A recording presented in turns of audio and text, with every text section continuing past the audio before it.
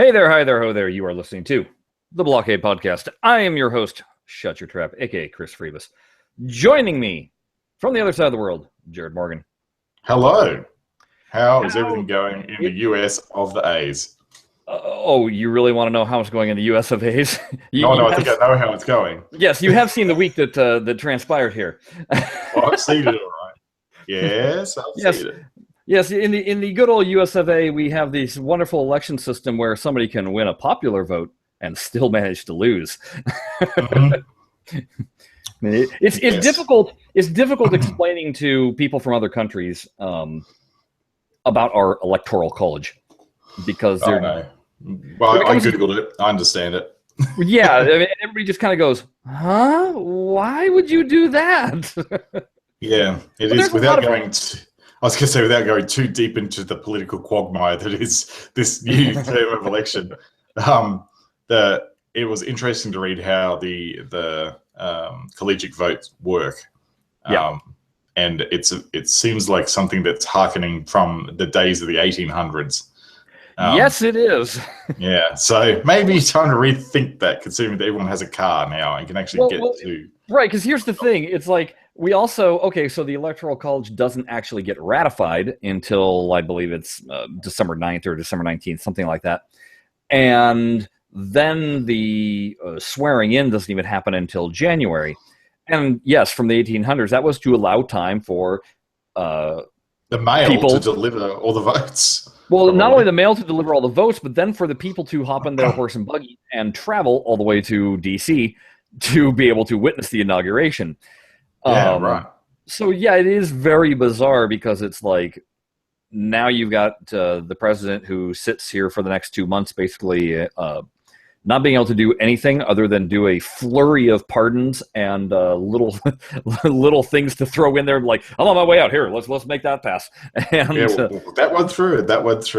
Right. Through. Oh, this one. I've been wanting to do this for ages. Let's bash that in as well. Pretty much. And meanwhile, everybody else is losing their minds over it at the same time. So it's basically the presidential version of like free play. He can do what the hell he likes. Play whatever he likes and do what he likes. Right. So it's interesting times here right now because when half your voting population, I shouldn't say half the population because literally half the population that could vote didn't. So there's America also. We're wonderful on that front. But of half the people that threw their votes, I mean, it was almost a dead even heat. So it really makes a harsh divide. And yeah, we got protests going on. And it's not pretty over there. It's not some pretty. Parts of the US. We're what's interesting here, of course. Right. But then, of course, what's interesting is you walk around the street, here in California, and hey, it's just another day. Yeah, well, you guys all voted blue mostly, anyhow. Like it was. Oh, it was great. It was great. California, the returns, they have a specific time when they're due, and the news can then start analyzing the numbers and saying, start making their predictions of which way it's going to turn, which way it's not. And obviously, for some of these swing states, like Florida, I mean, it was 2 hours, 3 hours after the votes were turned in, and they still didn't know which way it was going to go. Yeah. So I'm watching California, though. I'm watching it. They literally are doing a countdown to 8 p.m., which is when California is locked in. And it was like 57, 58, 59. And California, all delegates go to Clinton. It was like there was no hesitation at all. No way. It was like, this is a surety. There's no way. Yeah. There's some things in life that are basically, if California ever votes Republican, it's a landslide win for whoever the Republican is. That's right. It takes a lot to make California go some other direction. But anyway, so that's what this week has been. That's like. A week that was in politics. The FUBAR snafu politics. That's all. That happened this week. I actually sent out a tweet because there was a lot of nasty things being thrown around by the rest of the world. And I said, remember, it's not nice to kick people when they're down. So when we're talking to our friends in America, the rest of the world needs to play nicely. Well, my favorite was it was a little sign. Basically, it said, with Brexit in England. Yeah. And they're like, well, We pretty much pulled off the ultimate oh no, and then the little comment was from America. Oh, just Hold wait. my beer. Hold on. Wait. Don't count us out yet. Yeah. No, it was like, I saw a different one too. It's like, oh, yeah. So, surely no other nation could do a worse job than England as we do with Brexit. And the US said, hold my beer. I've got this. Yeah, exactly. All you can do about it now is just laugh. I mean, no matter which side you actually are for. And luckily, the good news is, I was going to say the good news about all this is California has now legalized marijuana, so you guys are set. Right, just chuff on and just chuff your way through the next 4 years and you'll be right. Oh, man. So a little bit of news that we want to just get out of the way and let you know. So we're going to be taking a break from the podcast for at least the next 2 weeks, maybe a third week. It depends on how much fun Jared has on his anniversary vacation with his wife and no kids. And no kids. That's right. So there'll be the Euro trip. We're going to Abu Dhabi, we're going to London, and we're going to Paris. So that pretty much sums it up. And we'll be spending different time in different places, and it'll be great. And the last thing in the world Jared wants to do is edit our little podcast, even if I went on without him. So, yeah, we're going to That's right. I won't be taking my laptop with me at all. So I can just imagine you'd be like, no, honey, I've got to do this. You go shopping. Go shopping. I just got to do this podcast thing, and then I've got to do some post-production on it. Like, it only take me like 3 hours max each week. She'll be looking at me going, oh, really? Really? Cool story, bro. All right. Yeah. I'm going to throw that thing out the window. Yeah. So who you dumping the whippersnappers off on? The grandparents. They are the winners. Grandparents. Yes. They are the winners. Or at least they think they're the winners. It's funny because it's actually still school season down here. So they're going to be having to do drop off and pick up and all that sort of fun stuff. So, I predict 3 days in, they're going to be like, I'm so tired. Pretty much. Yeah, I reckon that's exactly what's going to be happening as well. But we'll be over probably in between airports or either in business class drinking champagne. So we won't really care. Yeah. Fantastic. So we'll let you all know when we're going to be back up and podcasting. It's also, this is the season with, holidays in America with Thanksgiving, and then we got Christmas coming up for everybody. We reserve the right to take time off, and so we will be. That's right, because within the employment agreement of BlahCade, we get unlimited holidays whenever we want to take them. It's an excellent working conditions. There is no dental, though, unfortunately, so that sucks. Are you in dire need of the dental there? No, not really. Okay, there isn't anyone. Yeah. Okay, so why don't we talk some pinball this week? We didn't talk much pinball last week. Yeah, you want to talk some pinball this week? Let's do some pinball. That'd be good. All right. Well, you know what? We've asked for people to go ahead and drop us an email now and then, drop us a Twitter now and then, and this week we had 2 requests for topics to talk about.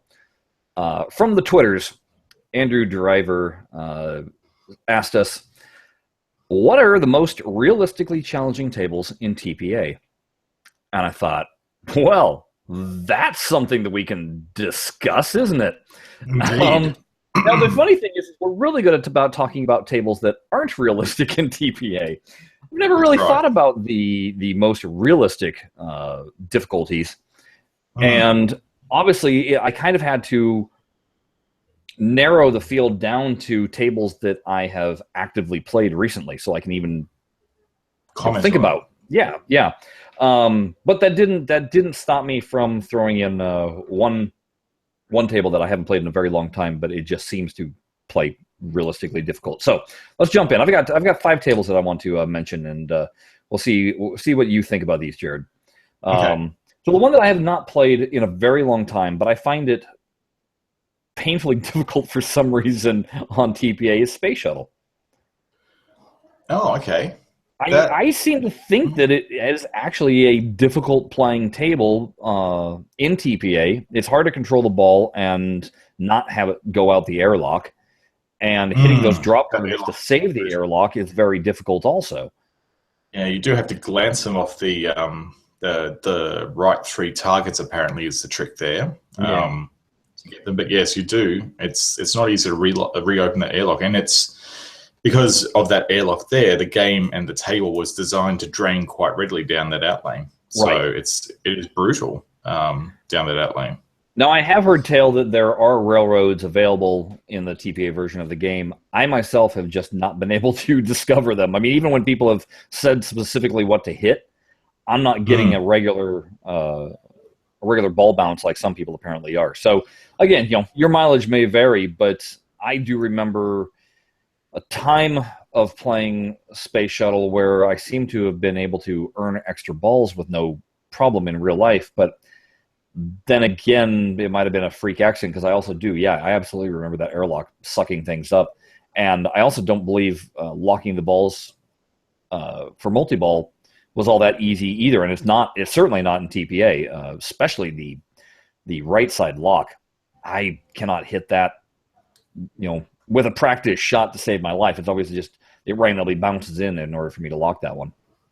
Come to think of it, I tend to have them sort of dribble into the holes as well, not necessarily a directed shot. I think the shot map for those particular holes is a very late flip from the tip of the flipper. But yeah, it's an interesting one, that one. I don't know what it is about that table. It doesn't come across as being an aggressive table, like as far as the drains go. But you're right, there is an element of risk with it. And it does seem to center around the out lanes predominantly. I think the ramp is fine. Like, you don't really get too many drains from the ramp, and the little dead end ramp where the switch target is, that's fine as well. Like, those ones are pretty good. But yeah, it's anywhere around the out lanes. They just suck it down. Another table that I think some people would question me on, but I've played it plenty in real life recently, to think that it's not too far off, but Circus Voltaire. I know people think that it's floaty in the game, but I got news for you. It's kind of floaty in real life also, and those, when you shoot the loops, and when the ball comes around, and it seems like it's just right at the tip of your flipper, that's real life too. I mean, it's sketchy. Yeah. Behind a ringmaster, yeah, that's a deadly shot in real life, and it is somewhat risky in TPA. I'm almost every single time I shoot the loop, I don't forget what it's called. It's got a spinner on it that activates it. So yeah, every single time I'm always doing a little nudge because it always looks like it's going down the middle. And you're right, that does behave exactly like that in real life. And also, the out lanes can either be liberal or they can be brutal. Right. It depends on how they juggle around, because it's a very shallow in lane. It's like pretty much a post and then straight into the in lane again, and likewise to the out lane. So you don't have a lot of time to react, and it is somewhat tricky. In real life, the ramp shot, the big ramp for the lock, is treacherous as well. Not so much in TPA. I find it's usually pretty safe. But I think shooting the ringmaster in real life is also a little more treacherous. Yes, it can be a lot treacherous. That being said, I've had games where all I wanted to do was shoot the ringmaster because I thought that would be how I would score best in the tournament, and I was able to knock off every single ringmaster. Oh, yeah. So, I mean, it's not... Again, it depends on the table that you're playing, what the slope on the table is, how bouncy the rubber is, and everything else like that. The only knock... I think people, with playing TPA, it's one of those tables that desperately needs some love by Farsight. It's one of those that notoriously the ball flies off the table. That it, like we said, it's a little floaty. It's got glitches. On mobile, it does have glitches. I have to say that one thing that's totally unrealistic about it is when you shoot the juggler ramp, which is the right loop to that wire form ramp on the left. Yeah. Almost always in the arcade, if you're playing this table in real life, the ball will fly off that ramp. It will actually leave it because it doesn't have enough guards on it. And there is a high likelihood that your ball will fly off the ramp just as it gets to where the outlane is, where it has a sharp little twist, and you'll probably find your ball goes down the outlane because it just jumps off the ramp, hops down to the outlane, and see you later. So it doesn't do that on TPA. It's well and truly fastened to it, but it doesn't quite do that in real life. It's a stupid design on the ramp. Now, my next pick would be Safecracker. Yeah, that's pretty much exactly how it plays in real life. It's a horrible game. And it's one of those that you'll have one game where it's over and done with before you can even blink your eye. And then another game where you'll just run it and run it and run it, and everything seems to be going correct and good. Mm-hmm. But I really think that Farsight nailed that one. It just... admit, I was pretty hard on them when they were developing that one in beta. Right. Because it was my Grail table. Right. So when that was in beta testing, I was pretty brutal with the feedback I was giving them. And I think they pretty much had the difficulty, like the way the table flowed, pretty much okay upon release, which really impressed me. There were just a few things that were a little bit too easy. In real life, that ball coming out of the scoop flies out of that table. I think it could be harder in TPA. Because it's like your ass clenches every time it shoots out of there in real life. It is almost like, whoa, here it comes. And you're almost like just your whole body tenses up and tries to get ready to react about which way it's going to kick it out. Because in real life too, it's not exactly repeatable in the way it actually throws the ball out. Because there's a target for the alarm sort of hanging around there as well. Yeah. And sometimes it clips it and it throws the ball off and you have to react super quick, otherwise straight down the guts. Okay, now this next one pretty much got universally mentioned when it was first released, and I only recently was able to play it myself in real life, and I kind of got to give it the nod, and that's Dracula. Yep, that one is... I hate it in TPA. I hate playing that game in TPA. It is so finicky. Outlanes. The outlanes, the shot, the scoop on the left-hand side of the table that basically starts all your modes, you might say, the mystery hole, I believe it is. Yep, yes. That's it's so hard such a narrow little gap. And hitting things like rats, which is all the way on the lower right-hand side of the table, is nerve-wracking because you gotta let that ball just go right to the tip before you flip. Yep, absolutely. It is painful that way. It's all about the outlanes for me on that thing. Like the outlane shooting is exactly like it is in real life.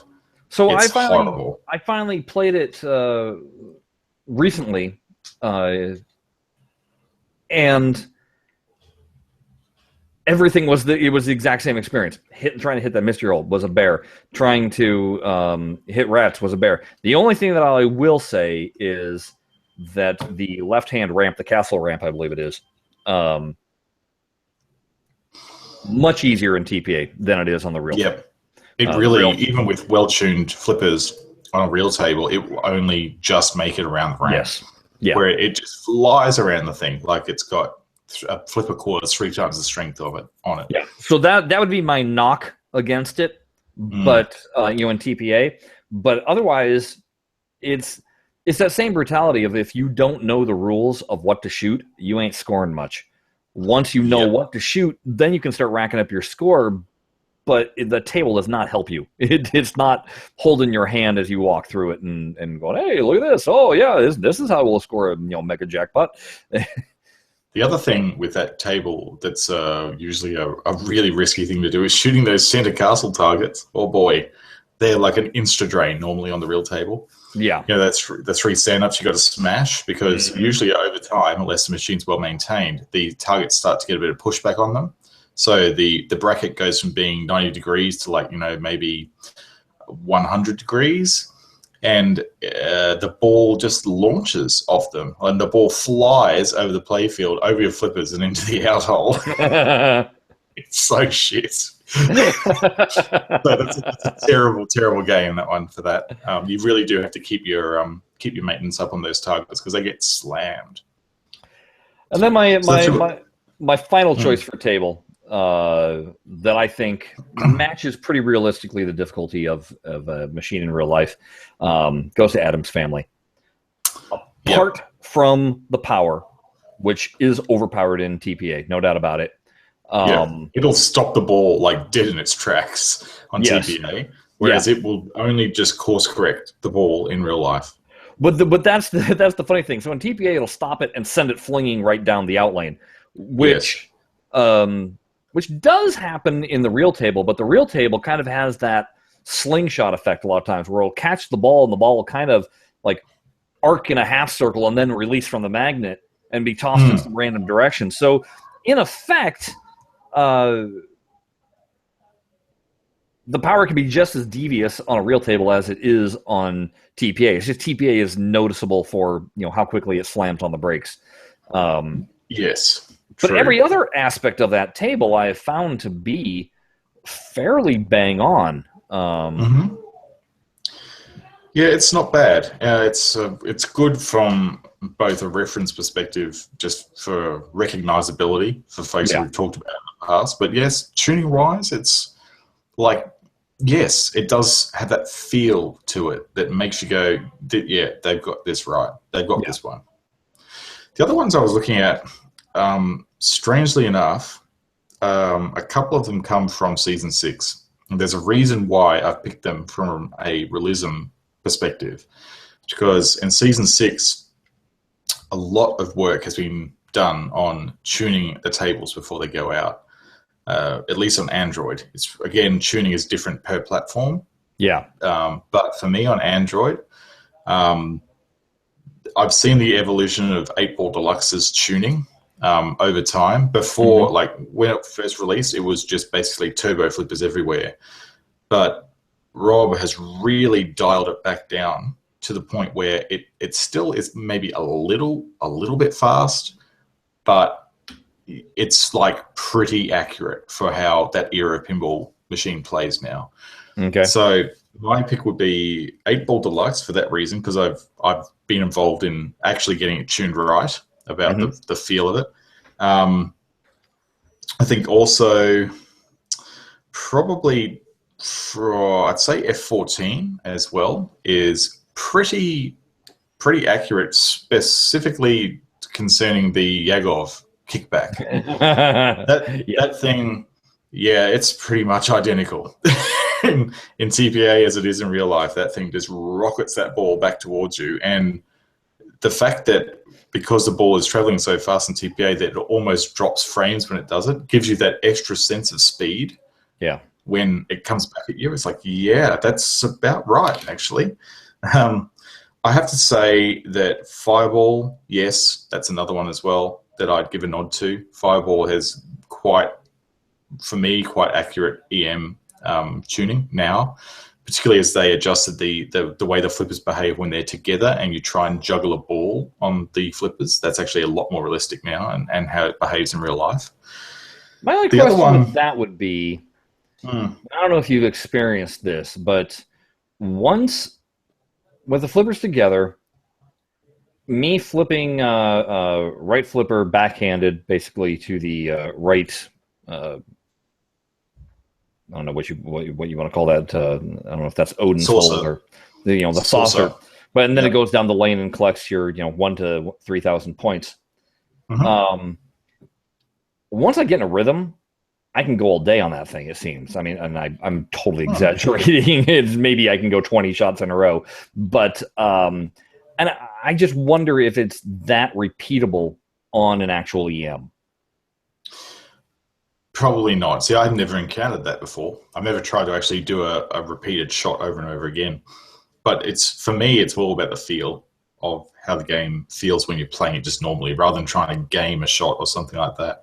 Maybe that's the wrong way of looking at it. Maybe you do need to actually game a shot to understand whether the table is realistic or not. But that's what I'm thinking, because in terms of difficulty, until you learn that shot, yes, the table is very difficult. I mean, God, it was killing me.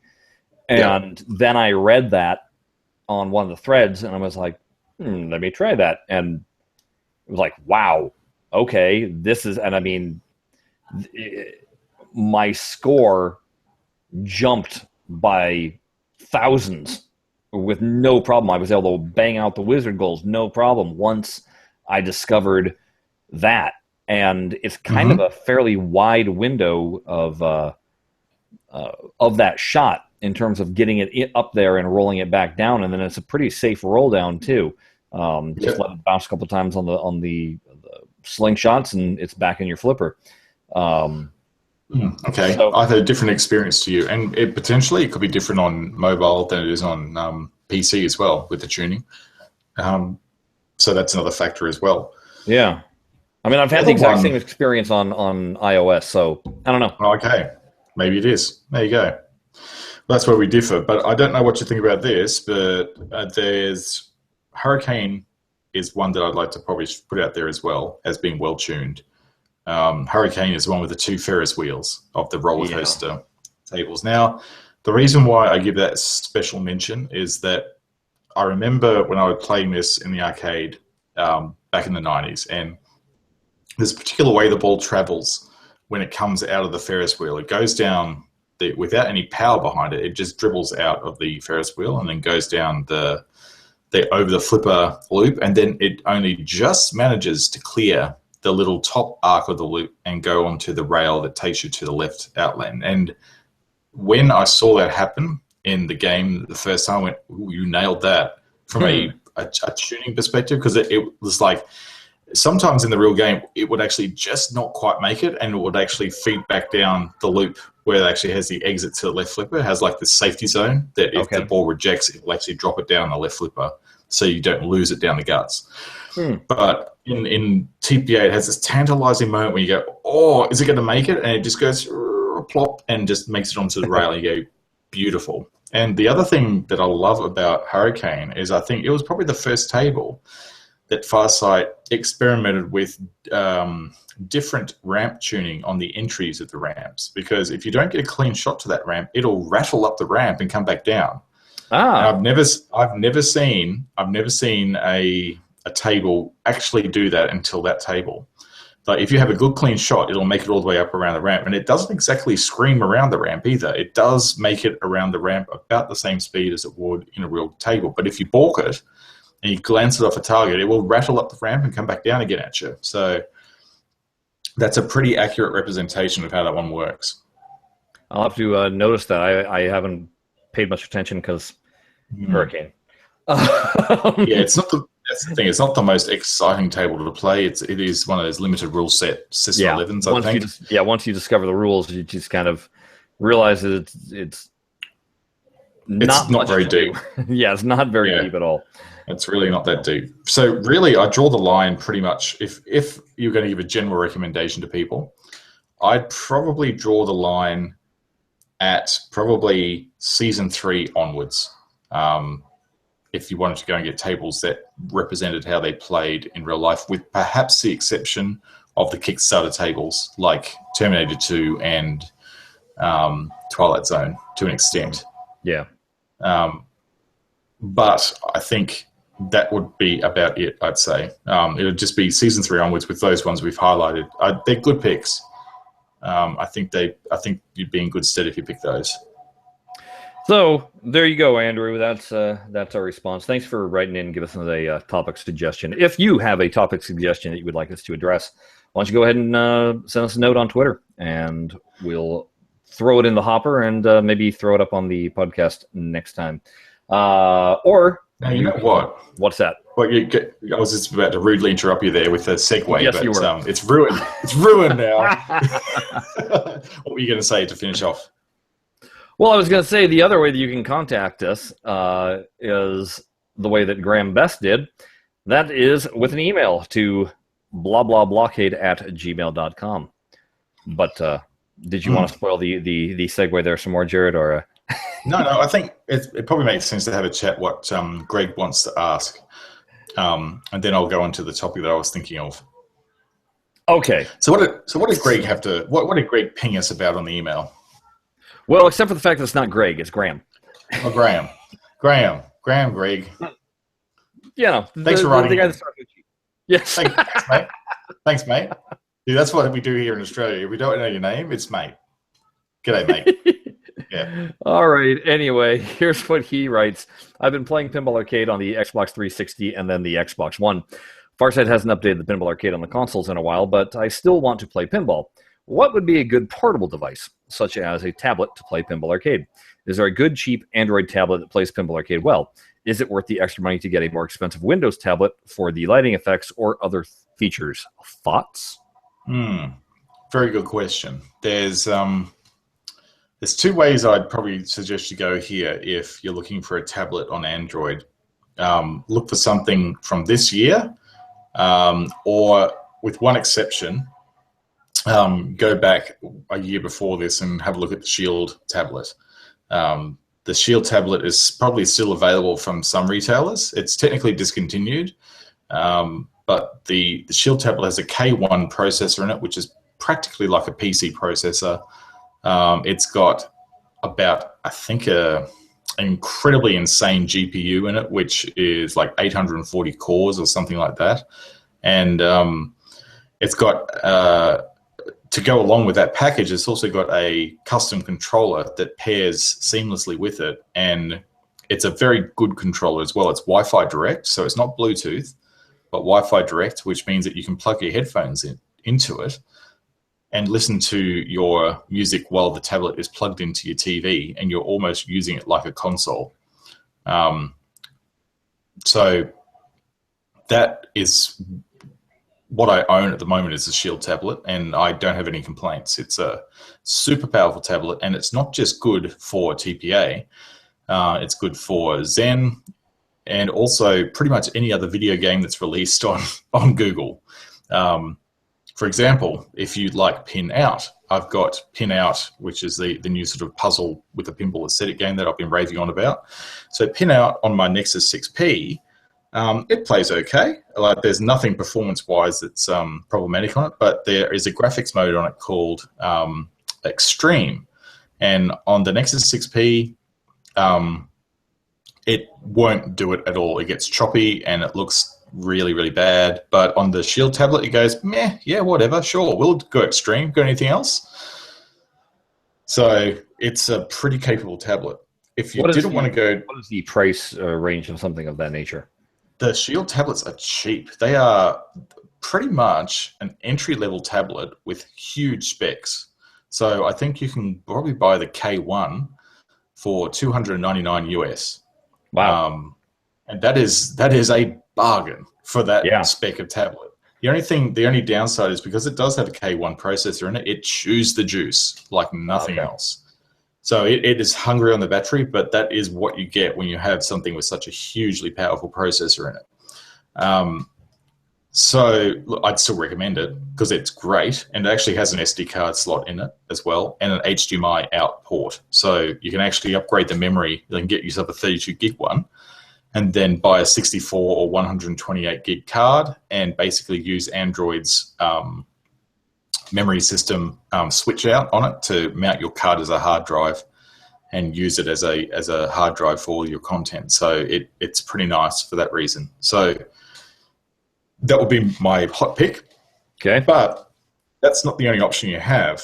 Probably out of the price versus bang for buck, that would be the pick for sure. But if you had a little bit more greenbacks to spend, you might want to consider the Sony line of tablets or the Xperia range. Now, the advantage that these tablets have is they let you pair up a PS3 or 4 controller natively using a proprietary Bluetooth stack that's only available on Xperia devices. So you have access to, probably not so relevant for you being on Xbox, but if you had access to the PlayStation network, it actually has that built into it. Plus, they're also blisteringly powerful tablets as well. They use a different processor, so I think they're Snapdragon processors rather than Tegra, which is what's on the Shield. But the thing I really like about those ones is they're big, they're thin, they've got large batteries, and they allow you to pair that controller natively without having to root your device and put on a controller emulator or anything like that. It's all built in to the device, and it works reportedly really, really well. I've seen really positive reviews for it on Pinball Arcade fans, for those people who actually have gone down that path.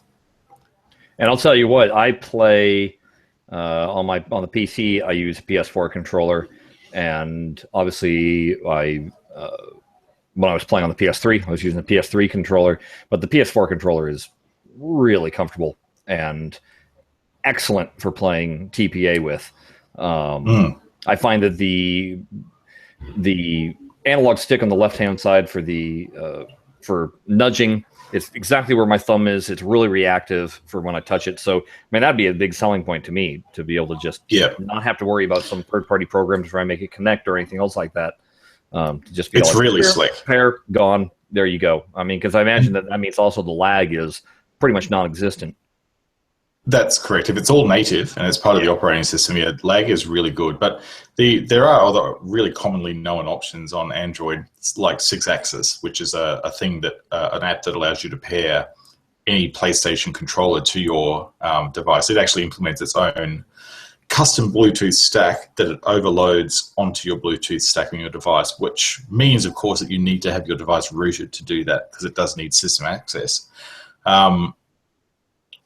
But it's a good solution for those folks who are listening to this going, yeah, that sounds great, but how do I use a controller? Well, 6-axis is the pick for that. So what about what about the other part of his suggestion? Is there a Windows-based tablet? And I gotta imagine he's talking something like of the Surface. Maybe a Surface. I'd imagine probably the only thing capable of running TPA at any decent clip would be a Surface Pro, the very latest version of it. I'm not the best guy to ask here because I don't have any direct experience with Surface anything, or in fact really Windows anything these days, because I'm pretty much all Mac. But I understand that those basically are PCs in a palm. So as long as you did your research about things like Bluetooth controller support or even cabled controller support, make sure that drivers are there for it. Because that's the problem, of course, with Windows. It is a driver-based operating system, so you have to make sure that anything that you want to do actually has its own supporting driver set, whereas Android's a bit different that way. I can understand, though, the attraction of wanting to play or wanting to get a Windows device, because, of course, Windows has access to Xbox Live and all that sort of stuff. That's their big selling point now. Yeah. And clearly, Graham is an Xbox user, having, like he said, he was on the 360. He's on the Xbox One right now. I imagine that maybe he knows where a Microsoft Store is. And I would think that if he went to one of those, he could download Steam onto any of the devices and then download the trial version of TPA and see how it runs. I mean, yeah, I think if you went in there and you said, look, mate, I'm interested in the Surface Pro 3, the very best, like the highest processor version of it, because of course when you buy something like that, you have to go for the highest processor. I mean, we're talking like $1,500 here. Or at least that's what they retail for down here. So it's not a cheap device, not like something like the Shield, which is incredibly powerful and incredibly affordable. But the flip side is you basically get a PC that's in a tablet. In a tablet. So if you want to do away with your PC and use it all in one device, well, it's a hard thing not to say yes to, right? So yeah, I guess those are your options. Android, you've got a good selection of tablets under. I mean, the Xperias will set you about a bit of coin. In Australia, they go for about $800 or $900. But I think I imported, because Shield is not released here officially. You have to grey import it. I imported mine when it was $299 US, and I got the controller as well. And I think that runs you about. I think the controller is about $60 or $70, but worth every cent, because it's beautifully integrated with the tablet. So if you can find a Shield, go and do it. If NVIDIA decide to release another tablet again today with upgraded specs and everything, I just insta-buy it, because they actually use basically vanilla Android on their devices, very much like Sony do. So when Android release a new version like Android 7, the Shield tablet in the past got Android 6 really quickly after they released the code. So you don't actually get stuck with the device. It doesn't get updated. Oh, very good. Hey, Jared, Yeah. what did you want to talk about before I start talking about this? Okay. Well, I heard some interesting news today. Now, Okay. listeners, and I'm sure you will also remember that children of the '90s will know that no arcade was complete without Daytona USA sitting in there with its track mode running away, and Okay. the awesome sounds that were there in the arcade. Really, I think there hasn't really been a pure arcade simulator driving game that has matched both the revenue earning potential and just the enjoyment factor of Daytona USA, the original. You've got all those ones that allow you to tune your vehicle and, use the card system to do all that sort of thing, right? But that's great, but you've got to basically work on your car in the arcade to do that. And that's really limiting for the casual player who just wants to sit down, drive a car, and then go. Not to mention the person standing behind you going, "Get off the game!" Yeah, exactly right. Exactly right. So, again, friend of the show, Andrew Driver, retweeted a tweet from Sega saying, the wait is over. Next week, Daytona USA 3 is released. Now, when I heard this announcement, I went, oh, okay, well, that's really cool. It's very strange that they're actually reinvigorating the Daytona license all these years, because the game was released in 1992, I think. And then it had a few sort of incarnations, some of which are loosely connected to Daytona, some of which are directly connected, such as it went from Daytona USA to Scud Race, which was kind of like Daytona, but with a Model 3 architecture. Then it went to Daytona USA 2, which really was Daytona, but with completely different driving physics engine, which really annoyed a lot of people because they were expecting the same sort of physics engine in Scud Race, or I think it's called Super GT in some regions as well. And then nothing. But the news is that Sega has listened to their fans, and they're putting in the original physics engine back into Daytona USA 3. So it will behave exactly the same way as the Gallup races did in 1992. Wow. So you'll be able to drift, you'll be able to do insane feats of driving that really you couldn't do in real life but felt natural in the game. You basically bring all those memory spheres out of your memory archives, like in Inside Out, plug them into your main brain center and start playing that thing, because it's going to be amazing. I can't wait. Find an arcade that will have it. Yeah, that's right, and that's going to be the real thing, because when it was released here in Australia back in 1992, there were two variants of the game. There were the deluxe one with the big 50-inch rear projection TVs, and there were the little twins, which were like the sort of 20-inch or 22-inch CRTs. So the 50-inch projectors were $50,000 each. Oh, each. So that was not just for like a twin set; that was each unit. So, wow. And the twins were $25,000 per twin. So if you had an arcade that had basically a 4-unit setup, if you're using the twins, or an 8-seat deluxe, you were looking at some serious coin that this arcade had committed to. So in this modern age of arcades, the question I'm asking is, can an arcade owner sustain it? And this is going to be the real question. This is going to be a proving point for Sega, whether they can actually go, will an operator pony up enough money to link 4 of these things together and actually relive the glory days of 1990s? Because these things were licensed to print money in the arcades. Yeah, the trick is that today's arcades don't just have, kids popping in after school and filling them up, No, they don't. It's changed. It's really much redemption. Redemption is 90%. And if you want to go play an actual arcade game, it's you got to plan for it. Essentially, it's not just let me pop over to the local arcade and see if they have it. It's where is this arcade? Let me drive over to it. Let me, typically in the U.S. it's going to be your Dave and Buster's and stuff like that. So, it kind of. That would be a risky proposition. And then, of course, the operator is going to be like, nah, that sounds like a $2 play a game. Oh, at least. Well, put it this way: when Daytona USA was released over here, it was $2 back in 1990. Oh man! So we were getting like $2. Well, I mean, why wouldn't it be for $50,000? How are you going to make your money back on $1 a play, which was the standard going price for a game on any machine back then? So yeah, $2. It was like it actually caused a shift in the industry down here to make operators go, you know what, I can actually charge a bit more for these premium titles. Because up until then, it was like we even had some arcades operating in 20-cent games here. Okay. And when Daytona USA came in, it just went, okay, so we can actually, people will pay $2 to play a video game. Okay, that's good to know.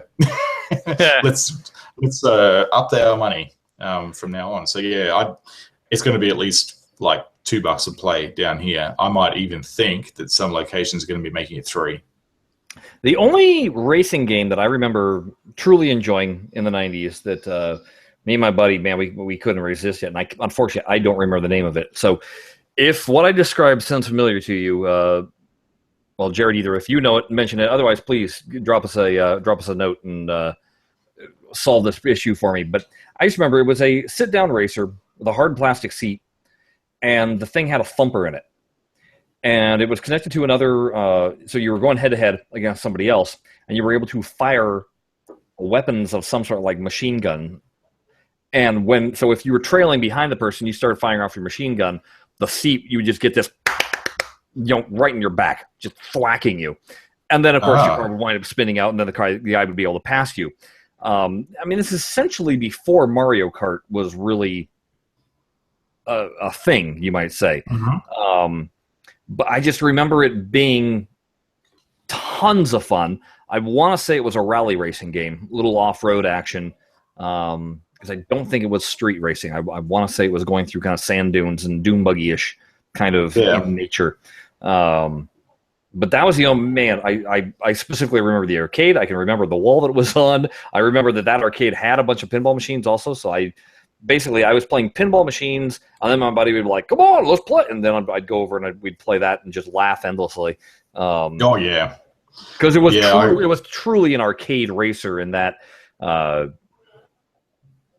it was all about the fun and not about how realistic any of it was. Oh, yeah. The other ones I used to love playing back then were the San Francisco Rush as well. Okay. Like, that was great. And Cruising USA, I remember going to a trade show, and they had the deluxe version of that there, which is basically a car, and it was on a platform with worm drives on each end. So it would actually, it's a moving motion platform. That thing was amazing. And good old Ridge Racer as well. It was pretty wicked. But yeah, I'm not seeing that game that you're talking about. I can't remember any game that actually used to whack me in the back with a transducer. That's what that thing would be. Yeah. It would be like a transducer. It was loud as hell. I can't remember that. I bet it was. Yeah. No, I can't remember. It sounds cool, though. Yeah. So, again, if any of you discover that, hey, drop us a line at BlahCade on Twitter, or at Shut Your Traps on Twitter, or at Jared Morgs. And Andrew might know. He's a bit of a retro gamer. He may very well know what you're talking about. Look us up, Andrew. Hey, I downloaded during the podcast last week Pinout, and I give it a little bit of a go. Boy, is it a Tron game, isn't it? and then you said it's all about the backhands. So without even hesitating, I was like, "Here comes the ball! Catch that ball and backhand it! And hey, look at that! It goes right down the path. Isn't that amazing?" I've managed to get to the third checkpoint. I have not actually purchased the game yet, but it's getting to that point where it takes a long time to get far in that game. I mean, truthfully. And you get to that point, and then you see that countdown happening, and you just start sweating bullets because you're like, no, I'm almost to the next jump. And suddenly what used to be just kind of a natural shot to a ramp becomes just you're all thumbs and you cannot juggle a ball to save your life. The pressure, it hits you when the timing starts counting down. It really does. Yeah. It is a little bit different. You got to get out of the pinball headspace in that you do. Absolutely. Other than the flipper flipping the ball, it's not about hitting pop bumpers. It's not about ricocheting the ball anywhere. It's really not. I It's think just about advancing the ball forward. that's exactly what it is. It's I think the whole mantra that Zen uses here, that it's a game telling a story, just happens to have flippers with it as well. Yeah. And in this case, it's your goal is to solve puzzles with your things that look like flippers. Now, if you have your headphones in and you're listening to it, the flippers actually have almost like a motorized noise to them rather than a thwack thwack noise. So it really does suggest that if you're listening closely, you get cues to say, these aren't really flippers. These are more just control mechanisms to shoot the ball up one path or another. And I think it might have been Nick might have said something as well on when he was playing it as well, and it was it's Railroad City. There seems to be only one right shot to take and one wrong shot to take off each flipper, and if you get the wrong shot, you mess up. Right. And looking with an objective eye, I think he's probably got a point there. It does seem to be a bit railroaded in some aspects of it, but geez, I tell you what, if you put that aside, that soundtrack is amazing, and it fits the theme perfectly. And I will admit that probably it's the very first video game that I've actually gone and purchased the soundtrack for. It was available, and I pulled the trigger on it, and I have no regrets. It is a exceptional piece of audio music. What is interesting is that each level introduces kind of a new aspect for what you're shooting at, because in level 3 it becomes these little cannons that fire your pinball, and you're picking which path to fire the pinball on, and unfortunately at the distance that it's firing, you can't necessarily tell what the better path is until you've discovered it for yourself. It's crucial to get it right as well. So that's kind of interesting and surprising. I tried doing dead passes. Yeah, they don't work. No, they don't. So that's why I said you got to, even though it looks like pinball, you got to kind of throw out some of your pinball think. To it. Now here's the question. Here's the question I have for you though, is about pricing, because I could swear the price is going up the more I play. Oh, really? Well, at first I thought it was a 99-cent game. Yeah. And so then when I decided to actually see how much it was going to cost to bump up, I could have sworn it said $1.99. And I went, oh, okay. And then today I was playing it, and I pushed the button to buy premium or whatever, and it said $2.99. And so, how much did you pay for it, Jared? I paid, it was advertised at 99 cents on the store, and that translated to $1.29 Australian. So I bought it, well, as soon as I heard about it, I bought it and insta-bought the unlock for it, pretty much, because I knew I was onto a good thing. So, yeah, I guess it's the early bird gets the cheap unlock, hey? Yeah, I don't know. I was worried if it was one of these things where it's like, oh, you're enjoying the game, are you? Oh, you're avoiding paying for it. Well, we got a little trick for you. The next time you push that button to buy it, it's going to cost more. That'd be so neat if they did. Like, maybe I should delete the game off of here and remove the cache and then install it on another Apple device, and then. So, I don't know. Maybe I need to go to the App Store and actually see what it costs on the App Store. It's one of the things where I was like, that's really odd that I could have sworn that I saw one price and then it's not there anymore. It's a bit unusual. I'll admit that.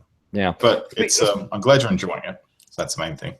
Yeah. Speaking of purchases that you might be able to make in the future, so Stern has allowed Farsight to make the announcement. Actually, Farsight didn't make the announcement. It's Stern that made the announcement. Stern Pinball app will be available this Christmas on Xbox and PlayStation. Oh, good news for console owners. They'll be able to wait 6 or 8 months until packs of tables are announced. But that's okay, because they're probably going to be releasing tables every 6 to 8 months anyhow. So, well, here's the interesting thing. It looked like it was physical copy packaging. Oh, like they really? showed a picture, and it looked like of a box. It looked like 2 boxes, one for Xbox, one for PlayStation. So I'm wondering if they're doing what Farsight did with Pinball Arcade on PS4, where they released a hard disk version of it, and then obviously down the line probably you'd be able to add the DLC. Yeah, that's very interesting. They didn't give a lot of details. Like I said, when I saw I think when I saw a Facebook post, it was basically saying, "Hey, Merry Christmas! This will be available in time for the holidays." There's a thread on the Pinball Arcade fans forum that initially they had actually given a hard date in November and quickly pulled that. Yeah, because let's be honest. Well, I don't know. Again, this is Stern, not Farsight, making any of these announcements. Okay, so Stern had a release date, but then hastily pulled it. Okay, that's interesting. Whether that means that maybe they're trying to throw one more table, one of the newly announced tables on there or something like that. I don't. Again, there's been very minimal information, and people are kind of laughing about now about Stern and their publicity department, where they're like, they clearly got a lot to learn too. Yeah, it's funny. Like their first foray into digital entertainment is somewhat, well, I don't know whether it's rocky, but it's certainly something they're finding their feet with. And then they did say, though, coming soon to Android, iOS, and Steam. So it is a matter of us having to wait for those, but they're going to get it out to the consoles first. And I desperately, really, really hope that they're able to do the Zen model and have, when it comes time, everything releases day and date for everybody, so that we're not having this issue with the PS4 and Xbox people going, oh, hey, yeah, it's great that you announced a table release. I guess I'll see it next year. Yeah, that's right. Yeah. It does suck, and there's certainly a reason why I switched over to PC and got off that console train, because I could see where it was going, and it wasn't going anywhere. No, it was not good at all. Beyond that, I'm pretty much out of pinball news. Yeah, I think I kind of am too, actually. Well, what a wonderful place to then stop this. I guess we probably should stop. Otherwise, we'll just keep on rambling about random stuff. Right, we rambled last week. If you like the rambling, just listen to that again.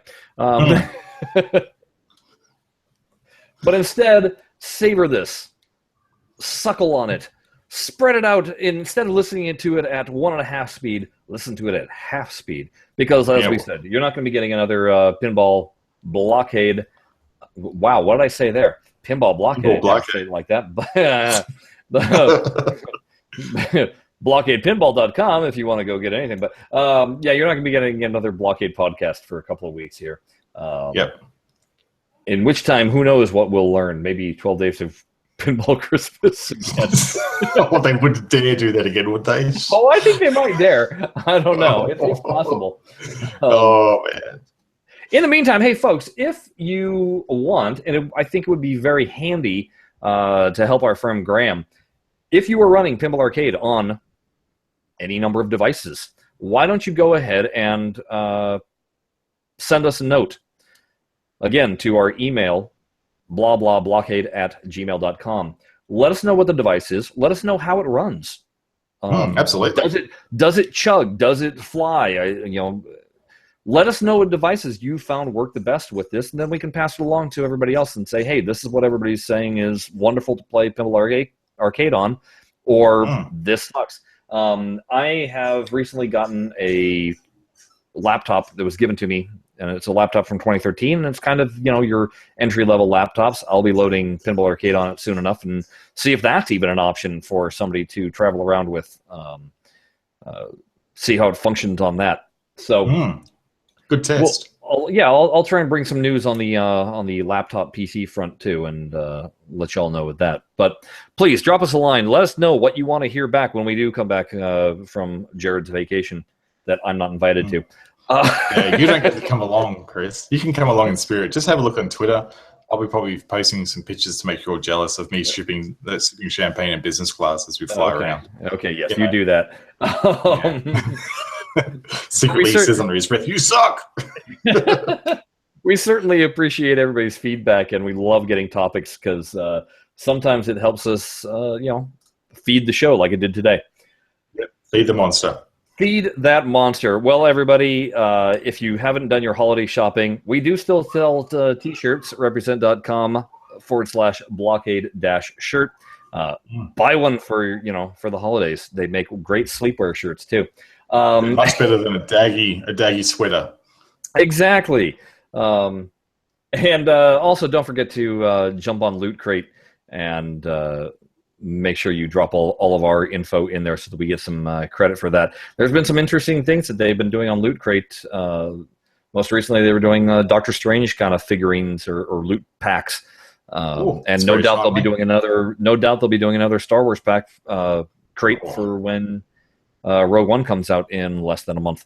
So, yes, we appreciate everything that you can do for us, and we'll continue doing this show for you. So, until next time, I have been Chris Freebus. He has been Jared Morgan. Talk to you soon.